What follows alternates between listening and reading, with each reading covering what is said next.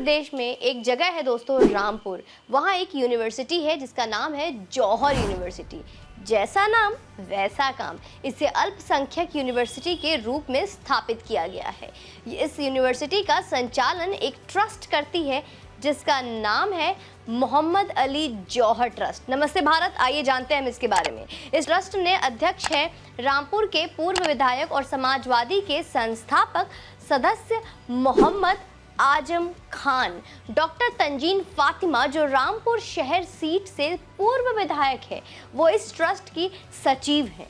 पूर्व यूनिवर्सिटी फैली हुई है लगभग दोस्तों 185 एकड़ जमीन में। अब मामला क्या है, क्यों बता रही हूँ मैं इस बारे में, आइए जानते हैं। मामला ये है कि इस ट्रस्ट को 2005 में राज्य सरकार ने सिर्फ 1250 एकड़ जमीन ही खरीदने की अनुमति दी थी। इस अनुमति के साथ कई शर्तें थी, मसलन कि ये गरीब बच्चों को मुफ्त पढ़ाएगी, हर साल अपने जिले के डीएम को यूनिवर्सिटी का प्रोग्रेस रिपोर्ट दिखाएगी। अब बताइए कि जिस यूनिवर्सिटी को महज 1250 एकड़ जमीन में बनना था, वो बन गया कितने में? 185 एकड़ में। तो बाकी के 173 एकड़ जमीन कैसे जुटाए गए, हम बताते हैं दोस्तों। गरीब किसानों को धन बल, बाहुबल और राजबल से शोषण करके ये काम किया गया। जमीनें छीनी गई, ये बताकर कि यूनिवर्सिटी खुलने का सरकारी फरमान है। तो अब जब भैया भय कोतवाल, तो डर कैसा है? सरकार में मुलायम थे और यूनिवर्सिटी बनवा रहे आजम, तो लूट लिया गरीब किसानों का 173 करोड़ जमीन। इस मामले की जांच प्रारंभ हुई दोस्तों प्रदेश में योगी सरकार आने के बाद, और ये सारे पत्ते खुल गए। ना तो रामपुर के डीएम को ही प्रोग्रेस रिपोर्ट दिखाया गया कभी, और ना दूसरी शर्तें पूरी की गई। अब ट्रस्ट ये कह रही है कि हमें 1250 एकड़ नहीं 400 एकड़ जमीन खरीदने का अनुमति मुलायम सरकार ने दिया था। हालांकि जांच के बाद 12.5 एकड़ के अलावा अधिकृत सारे जमीन को सरकार ने अवैध घोषित कर दिया है। सरकार ने एडीएम स्तर पर जांच करवाकर 12.5 एकड़ जमीन के अलावा जो भी जमीन हड़पा गया उसे राज्य सरकार को लौटाने के लिए कहा है। फैसले को हाईकोर्ट ने जौहर ट्रस्ट वालों ने रखा, लेकिन हाईकोर्ट ने भी सरकार को उचित ठहराया। अब इस पूरे मामले पर ईडी की भी जांच शुरू हो गई है दोस्तों। 2 दिन पहले जौहर ट्रस्ट के जितने भी ठिकाने थे, वो चाहे रामपुर हो, मेरठ हो, गाजियाबाद हो, सहारनपुर, सीतापुर हो या लखनऊ हो, सब जगह ईडी के छापे पड़ने शुरू हो गए हैं और पड़े हैं।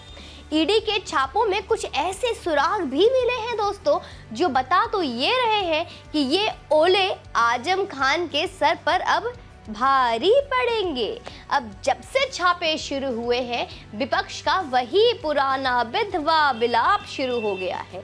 ये तो सुनियोजित षड्यंत्र है। बीजेपी ईडी खेलकर विपक्ष को डरा रही है। आजम खान पर अत्याचार हो रहा है, फलाना। अच्छा रोना धोना तो चलो ठीक है, कुछ नहीं कर सकते तो कम से कम ये तो करेंगे। लेकिन रोते रोते जब ये बोलते हैं कि जनता 2024 में बीजेपी के इन करतूतों का जवाब देगी, तो कसम से हमारी हंसी छूट जाती है। जनता क्यों जवाब देगी भला? जमीन हड़पो तुम, पैसे का ढेर लगाओ तुम, विधायक संसद मंत्री बनो तुम, अपने बच्चों को विदेशों में सेटल करो तुम, और ये सब करने के लिए जो तुमने काले कारनामे किए, उनका जवाब जनता देगी। वाह, एक पुरानी कहावत है ना दोस्तों, खेत खाए गधा और मारा जाए जुलाहा।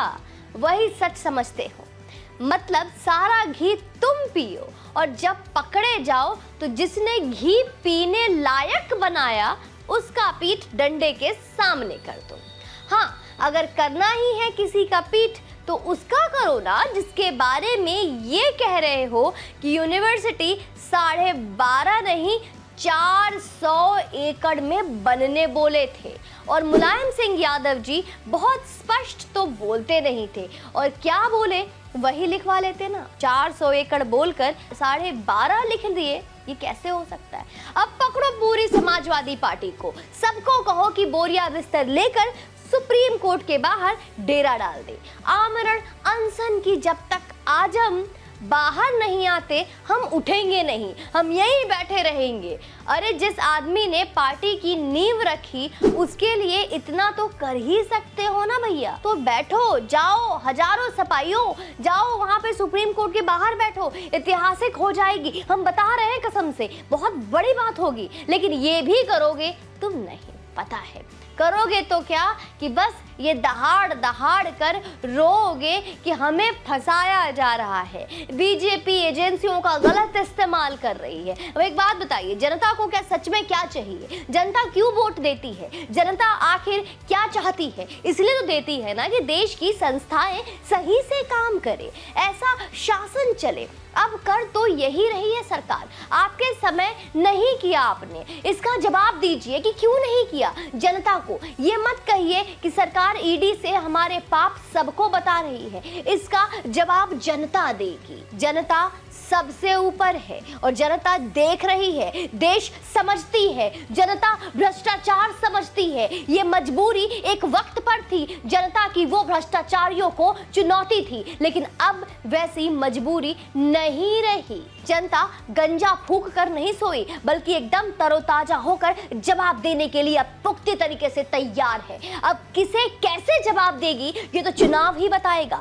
73 की उम्र में 90 से अधिक मुकदमे अपने ऊपर झेल रहे आजम खान ने अपने रसूख से मंत्री रहते क्या क्या हुड़दंग नहीं किया, कौन नहीं जानता। कभी जया प्रदा को अनारकली कह दिया, तो कभी अपने वाहियात की बोलने से हमारे होंठ कांप जाए वो बता नहीं सकते। कभी ये कह दिया कि बच्चा पैदा होने से पूछता हमसे कि बाहर आए या नहीं। कभी डीएम से जूते साफ करवाने की बात कह, तो कभी मोदी योगी को लेकर कैसी अभद्र बात कह दी। हम जैसे साधारण लोग बोल तक नहीं सकते। मतलब अपने आप को सिकंदर और खुद को खुदा समझ लेने वाला ये भूल बैठा कि अगर पोरस से सामना होगा तो जमीन की धूल चाटनी ही होगी, क्योंकि यहाँ जो जीता वो सिकंदर के गाने नहीं बजेंगे। अब उनका राजनीतिक पोरस से हो ही गया है। ये वाला पोरस छीछा लेदर करने में विश्व विख्यात है। अब यकीन ना हो तो लाहौर वाले अपने ताऊ से पूछ लो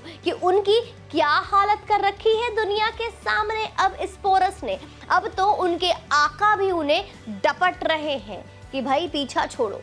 तो अब खेत अगर गधा खाएगा तो मार भी गधा ही खाएगा, समझे आजम मियां।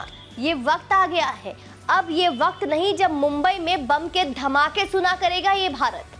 अब ये वक्त है जब G20 से विश्व में हमारे देश का नाम सर्वोच्च और सम्मान से लिया जाता है। ये 2023।